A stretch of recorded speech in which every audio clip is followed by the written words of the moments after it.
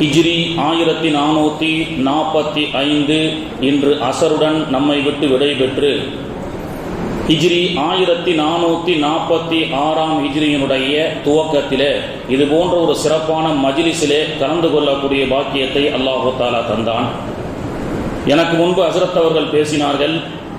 ஜமாத்துல் உலமா சார்பாக அந்தந்த காலகட்டத்திலே மக்களுக்கு சொல்ல வேண்டிய செய்திகளை நிகழ்வாக வைத்து சொல்லக்கூடிய ஒரு சிறப்பான நிகழ்வு நடத்தி கொண்டிருக்கின்றோம் என்று சொல்லி, அதே போன்று இன்று எல்லாமே ஒரு விவாத பொருளாக இருக்கக்கூடிய ஒரு சூழல். இப்படி ஹிஜ்ரியை கொண்டாடி ஆரம்பிக்கலாமா அப்படி என்று சொன்னால், ஹஸரத் அவர்கள் அதுக்கும் நிறைய ஆதாரங்களை கொடுத்தாங்க. ஒவ்வொரு நாள் காலை பொழுதும் அந்த நாளை வரவேற்பதற்கு ரசூலுல்லாஹ் துஆ சொல்லி கொடுத்திருக்கிறாங்க. அல்லாஹும்ம ஜஅல் ஸபாஹனா ஹாதா ஸபாஹம் முபாரக்கா. ஃபஜ்ருடைய தொழுகையிலே இமாம் அவர்கள் ஓதுவார்கள், இறைவா இந்த காலை பொழுதை இன்றைய தினத்தை பரக்கத்தானதாக ஆக்கி வைப்பாயாக, மாலை பொழுதை பரக்கத்தானதாக ஆக்கி வைப்பாயாக. ஒவ்வொரு நாள் துவக்கத்திலும் ஃபஜ்ருடைய தொழுகையை தொழுது முடித்துவிட்டு அன்றைய பொழுது பரக்கத்தாக அமைவதற்கு துஆ செய்கின்றோம்.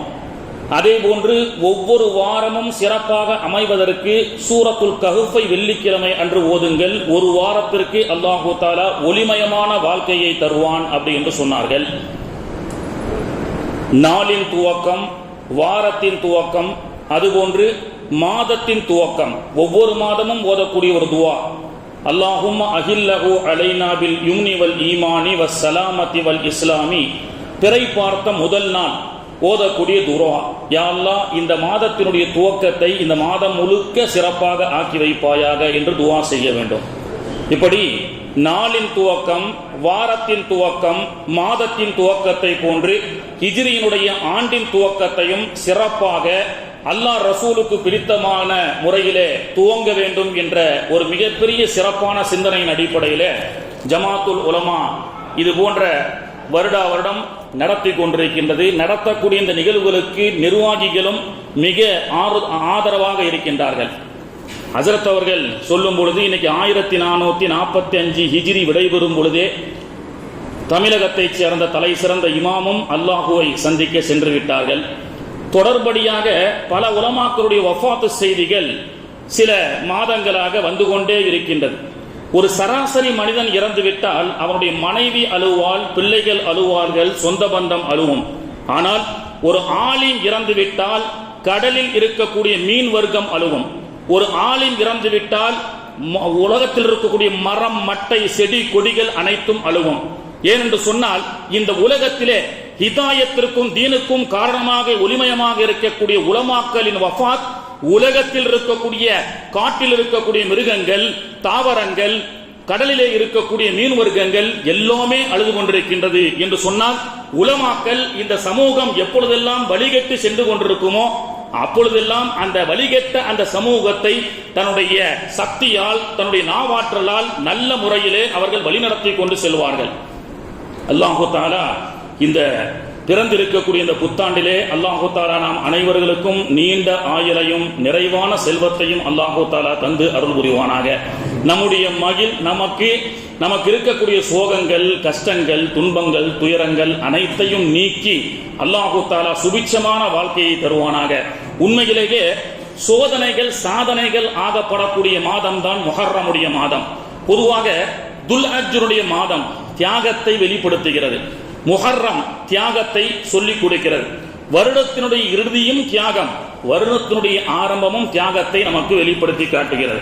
அல்லாஹு தஆலா எதிர்வரக்கூடிய வருடத்தை சிறப்பானதாக ஆக்கி அருள் புரிவானாக. சென்னையிலிருந்து உஸ்தாத் அவர்கள் வராதனால அந்த டைமை மேனேஜ் பண்றதுக்காக எனக்கு சில நேரம் கொடுத்திருக்கிறாங்க.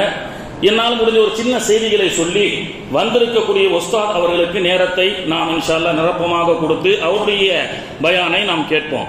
கண்ணியத்திற்குரியவர்களே, ஒரு சாப்ட்வேர் கம்பெனியில தரை துடைப்பதற்காக ஒரு வாலிபர் என்ன செய்யறாரு, கிளீனிங் செக்ஷனுக்கு ஒரு இன்டர்வியூக்கு போறார். ஒரு வாலிபர் சாப்ட்வேர் கம்பெனியில தரை துடைக்கக்கூடிய துப்புரவு தொழிலுக்காக சாப்ட்வேர் கம்பெனிக்கு போறார். அங்கே சென்று இன்டர்வியூல எல்லா கேள்விகளுக்கும் பதில் சொல்லிட்டு அங்கே இன்டர்வியூல இருக்கக்கூடிய மேனேஜர் கேட்டார், டெல் யுவர் இமெயில் ஐடி, உங்க இமெயில் ஐடியை கொடுங்க அப்படின்னு சொல்லி கேட்டார்.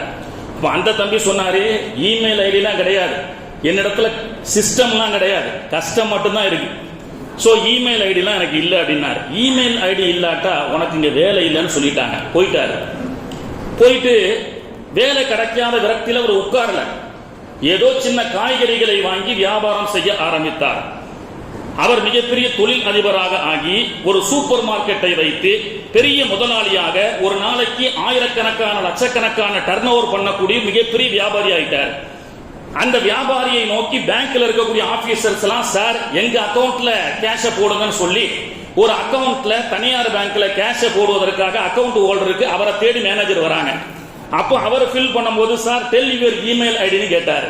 எந்த சாப்ட்வேர் கம்பெனியில இமெயில் ஐடி கேட்டானோ பெருக்குவதற்காக துப்புரவு பணியாளருக்காக செல்லக்கூடிய அதே இமெயில் ஐடி கேள்வி இப்பொழுது மேனேஜர் வந்து இவரிடத்துல கேட்கிறார். அப்ப அவர் சொன்னாரு, எனக்கு இமெயில் ஐடி எல்லாம் கிடையாதுங்க, நான் அந்த அளவுக்கு சிஸ்டத்தெல்லாம் ஒர்க் பண்றது இல்லைன்னு. அப்ப மேனேஜர் சொன்னாரா, உனக்கு மட்டும் இமெயில் ஐடி இல்லாமலேயே நீ இவ்வளவு முன்னேற்றம் அடைஞ்சிருக்கிய, இமெயில் ஐடி இருந்திருந்தா அன்னைக்கு சாப்ட்வேர் கம்பெனில நான் வந்து கக்கூஸ் சொல்லிவிட்டு இருப்பேன் அப்படின்னு சொன்னாராம். அப்போ அல்லாஹு தஆலா ஒரு வழியை வந்து அடைக்கின்றான் என்று சொன்னால் இன்னொரு வழியை அல்லாஹ் திறப்பான். உலகத்தில் எந்த ஒரு விஷயமும் சோதனைகளும் அல்லாஹ்வுடைய நம்பிக்கையோடு நாம் துணிச்சலோடு ஒரு எதிர்நீச்சல் போட்டால் அந்த சோதனைகளை அல்லாஹு தஆலா சாதனைகளாக மாற்றுவான். எல்லா நபிமார்களுக்கும் பலவிதமான பிரச்சனை. ஆனால் எல்லா நபி ஆதம் அலைஹிஸ்ஸலாம் அம்மாவை தொலைச்சிட்டு தேடிட்டு இருக்கிறாங்க. யூனுஸ் அலைஹிஸ்ஸலாம் மீன் வைத்துக்குள்ளே மாட்டிக் கொண்டிருக்கின்றார்கள். அய்யூப் அலைஹிஸ்ஸலாம் உடல் முழுக்க நோய். நூஹ் அலைஹிஸ்ஸலாம் கப்பலிலே எடுத்துக்கொண்டு எங்கே செல்வது என்று ரூட்டு தெரியாமல் அலைந்து கொண்டிருக்கின்றார்கள். இப்படி different type of prophet, different type of problem. ஒவ்வொரு விதமான நபிமார்களுக்கு ஒவ்வொரு விதமான பிரச்சனை. ஆனால் ஆல் ப்ராப்ளம், எல்லா பிரச்சனையும் தீர்வு கண்ட ஒரே மாதம் முஹர்ரமுடைய ஆஷுராவுடைய மாதம் என்று சொன்னார்கள் ஸல்லல்லாஹு அலைஹி வஸல்லம். ஃபிரௌன் போன்ற சர்வாதிகாரிகளை துவம்சம் செய்து அதிகார வர்க்கத்தை அல்லாஹு தஆலாவுக்கு கொடுத்த ஒரு சிறப்பான ஒரு நிகழ்வுதான் ஹிஜ்ரத். சமீபத்தில் the chief key holder of Makkah Sheikh Saleh Shaibi அவர் வந்து பாஸ்ட் அவே. சமீபத்தில் கஅபத்துல்லாவுடைய சாவிய வைத்துக் கொண்டிருக்கக்கூடிய ஷேக் சலா ஐ ஷைபி அவர் இறந்து விட்டதாக நமக்கு சமீபத்தில் எல்லாருக்கும் ஒரு மெசேஜ் வந்தது, பார்த்தோம். அவர் இறந்து விட்டார். இன்னா லில்லாஹி வ இன்னா இலைஹி ராஜிஊன். அடுத்து அவருடைய போஸ்டிங்க்கு இப்ப மக்காவுல அனௌன்ஸ் பண்ணிருக்காங்க.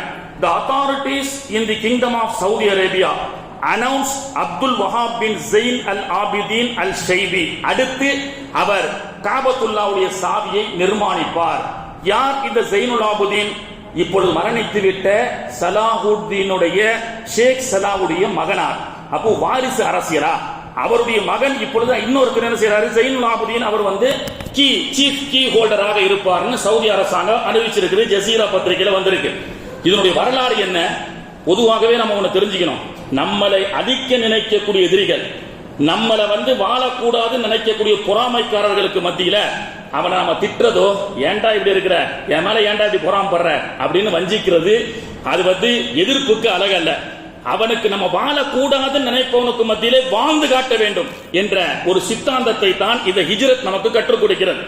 இந்த கீ ஹோல்டர் 103வது தலைமுறை, 103க்கு மேல 1வது இருக்கக்கூடிய தலைமுறை தான் பெருமானார் அவர்கள் மக்காவை விட்டு ஹிஜ்ரத் செய்து மக்காவிலிருந்து புறப்படும் பொழுது கஅபத்துல்லாவால் பிரிய முடியாமல், இன்னைக்கும் தவாஃபே விதா, விடை பெறக்கூடிய தவாஃப்னு சொல்லுவாங்க.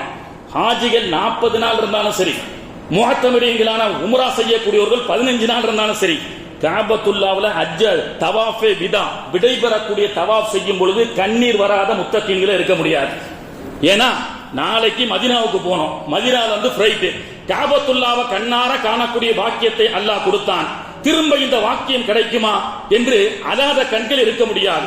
அப்படி மக்காவை விட்டு அல்லாஹு தஆலா மதீனாவுக்கு ஹிஜ்ரத் சென்று செல்லுங்கள் என்று சொல்லும் பொழுது அந்த மக்காவிலே சென்று 2 ரக்காத் தொழுதுவிட்டு தவாஃப் செய்துவிட்டு செல்லலாம் என்று நாடிய பெருமானார் அவர்கள் அந்த மக்காவினுடைய வாசல் கேட் சாவி இருக்கக்கூடிய அந்த வாட்ச்மேன் இடத்திலே சற்று சாவியை வைத்து காபாவை திறந்து விடு, நான் தொழுகின்றேன் என்று கேட்கும் பொழுது, முஹம்மதே உனக்கு அனுமதி இல்லை என்று விரட்டி அடிக்கப்பட்டவர்கள் நபிகள் நாயகம்.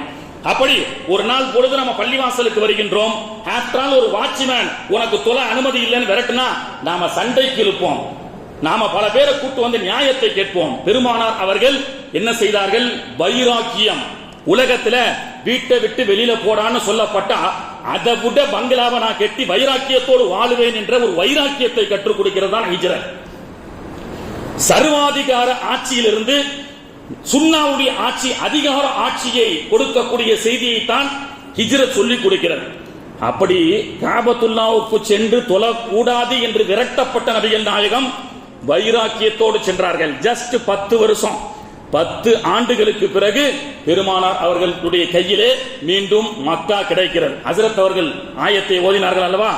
வமன் யுஹாஜிர் ஃபீ சபீலில்லாஹ் யஜிது ஃபில் அர்லி முராகமன் கஸீரன் வஸஆ. மக்காவை விட்டு நீங்கள் போங்கள், அல்லாஹ் வளமான வாழ்க்கையை உங்களுக்கு கொடுப்பான். வமன் யக்ருஜ் மின் பைத்திஹி முஹாஜிரன் இலல்லாஹி வ ரசூலிஹி சும்ம யுத்ரிகுல் மௌத்.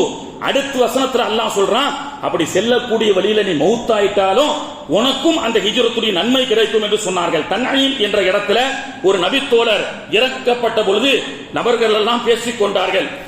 என்ன, இவர் இறந்து விட்டார, இவருக்கு ஹிஜ்ரத்துடைய நன்மை கிடைக்குமா? ஏனென்றால் ஹிஜ்ரத் செய்தால் எல்லா பாவங்களும் மன்னிக்கப்படும். அப்படி ஒரு ஜுந்துப் ரலியல்லாஹு அன்ஹு என்ற நபித்தோழர் ரொம்ப வயசான ஆளு, ரொம்ப வயசானவர்கள் ஒரு இடத்துல வஃபாத் ஆறாங்க. அல்லாஹ் குர்ஆன்ல ஆயத் இறக்குறான், நீங்கள் செல்வதால் உங்களிலே இருக்கக்கூடிய ஒரு முதியவர் வஃபாத் ஆகிவிட்டாரே, அவருக்கும் ஹிஜ்ரத்துடைய நன்மை கிடைக்கும் என்று சொன்னார்கள். ஸல்லல்லாஹு அல்லாஹு தஆலா சொன்னார். அப்பொழுது ஆக நீங்க மதீனாவுக்கு போங்க, எந்த அதிகாரம் சர்வாதிகாரத்தால் உங்களுக்கு கிடைக்கவில்லையோ அந்த அதிகாரம் உங்கள் கையிலே வரும். அல்லாஹு தஆலா சொல்றான், இன்ன இபாதி லைஸ லக அலைஹிம் சுல்தான். அதிகாரம் எங்களிடத்திலே இல்லை என்று சில அடியார்கள் சொல்கிறார்கள். அதிகாரம் இருக்கிறதா? இல்லையே. அதிகார வர்க்கம் எல்லாம் சர்வாதிகாரிகளாக அல்லவா இருக்கிறார்கள். அதனால தான பாலஸ்தீன்ல கொத்து கொத்தாக பெண்களையும் குழந்தைகளையும் கொன்று கொண்டிருக்கக்கூடிய பாவிகளை தட்டி கேட்பதற்கு எந்த ஒரு அதிகாரமும் உலகத்தில் இல்லை. எல்லோரும் சர்வாதிகாரியாக மாறிவிட்டார்கள். ஆனால் அதிகாரம் வேண்டும், அதை நல்ல முறையில் பயன்படுத்த வேண்டும் என்பவர்கள் எல்லாம் ரோட்டிலே நின்று கொண்டிருக்கின்றோம். அல்லாஹு தஆலா அந்த சர்வாதிகாரத்தையும் அந்த அதிகாரத்தையாக அல்லாஹ் மாற்றி நமக்கு கொடுத்து முழு உலகத்திலும் இன்ஷா அல்லாஹ் இஸ்லாமிய ஆட்சியை அல்லாஹ் பரவச் செய்வானாக. உண்மையிலேயே பெருமானாருடைய வாரிசை பற்றி பெருமானார் அவர்கள் சொல்வார்கள், என்னுடைய குடும்பத்தார்கள் தான் சமூகம் அவஸ்தைப்படும் பொழுது என்னுடைய குடும்பத்தார்கள் வந்து காப்பாற்றுவார்கள் என்று சொன்னார்கள். பாலஸ்தீன்ல மக்கள் கொத்து கொத்தாக மரணித்துக் கொண்டிருக்கின்றார்கள். யாரும் கவலைப்படாதீர்கள், இமாம் மஹ்தி ஆன் தி வே. இமாம் மஹ்தி அலைஹிஸ்ஸலாம் நபிகள் ஸல்லல்லாஹு அலைஹி வஸல்லம் பரம்பரையை சார்ந்த இமாம் மஹ்தி அவர்கள் வந்து அந்த பாலஸ்தீன மக்களை கைப்பற்றி எல்லா மக்களுக்கு உண்டான விடுதலையை வாங்கி கொடுப்பார்கள். எப்படி? முஹர்ரம் ஆஷுராவிலே ஹுசைன் ரலியல்லாஹு அன்ஹு அவர்கள் கூஃபாவிலே சென்று மக்களுடைய சுதந்திரத்துக்காக, மக்கள் எப்பொழுதெல்லாம் ஆட்சி அதிகார வர்க்கத்தினர்களால் கொடுமைப்படுத்தப்பட்டதோ அப்பொழுது பெருமானாருடைய ரத்த உறவுகள் வந்து தான் அந்த மக்களுக்கு சுதந்திரத்தை வாங்கி கொடுப்பார்கள், எல்லா மக்களுக்கும். அப்படித்தான் ஹுசைன் அவர்களும் வந்தார்கள். ஹுசைன் ரலியல்லாஹு அன்ஹு அவர்களுடைய அந்த கர்பலாவிலே ஆஷுராவிலே தலை துண்டிக்கப்பட்டது. தலை துண்டிக்கப்பட்டு ஹுசைன் ரலியல்லாஹு அன்ஹு அவர்கள் கூஃபா நகரத்திலே கொண்டு செல்லும் பொழுது ஹுசைன் ரலியல்லாஹு அன்ஹு அவர்கள் ஓதிக்கொண்டிருந்தார் குர்ஆனுடைய ஆயத்துக்களை, வசனத்தை. வெறும் தலை முண்டமாக செல்லப்படக்கூடிய நேரத்திலே தலை ஏதோ முணுமுணுத்துக் கொண்டிருந்தது. அம் ஹஸிபுத அன்ன அஸ்ஹாபல் கஹஃபி வர்ரகீமி கானூ மின் ஆயாத்தினா அஜபா. கூஃபா தேசத்து மக்கள் தலை துண்டிக்கப்பட்ட பொழுதும் ஹுசைன் ஏதோ முணுமுணுத்துக் கொண்டிருக்கின்றாரே, இன்று வெள்ளிக்கிழமை அல்லவா அவர் சூரத்துல் கஹஃபை ஓதிக் கொண்டிருந்தார் என்று சொன்னார்கள். உடலை விட்டு உயிர் பிரிந்தாலும் அருள்மறையினுடைய தொடர்போடு வாழ்ந்தவர்கள் நபிகளுடைய குடும்பத்தார்கள். ஆக கண்ணியத்திற்குரியவர்களே, சர்வாதிகார ஆட்சி. பெருமானார் அவர்கள் விரட்டப்பட்டார்கள். 10 ஆண்டுகளுக்கு பிறகு பெருமானார் அவர்கள் மீண்டும் மக்காவுக்கு வருகிறார்கள். மக்காவினுடைய சாவி மட்டுமல்ல, மக்காவுடைய ஊரே பெருமானாருக்கு சொந்தமாகிவிட்டது. அப்பொழுது எல்லோரும் கூட்டமாக லட்சக்கணக்கான மக்கள் நின்று கொண்டிருக்கின்றார்கள். ரசூலுல்லாஹ் யாரையெல்லாம் பழிவாங்க போறாங்கன்னு சொல்லி. சர்வாதிகார ஆட்சிக்கும் நல்ல சுன்னத்தான அதிகாரம் உள்ள ஆட்சிகளுக்கும் உள்ள வித்தியாசத்தை தான் அங்கே பெருமானார் அவர்கள் சொல்லிக் கொடுக்கிறார்கள். சர்வாதிகார ஆட்சி என்று சொன்னால் 5 ஆண்டு ஒரு கட்சி ஆட்சியில் இருக்கும். முன்னாடி 5 ஆண்டுகள் எதிர்கட்சிக்காரன் என்னென்னலாம் ஊழல் பண்ணானோ எல்லா பழி வாங்குறதையும் வந்து என்ன செய்வான், எல்லாத்துலயும் எண்ணெய் ரைடு அந்த ரைடுன்னு சொல்லி பழி வாங்கக்கூடியது. இது சர்வாதிகாரம். ஆனால் நல்ல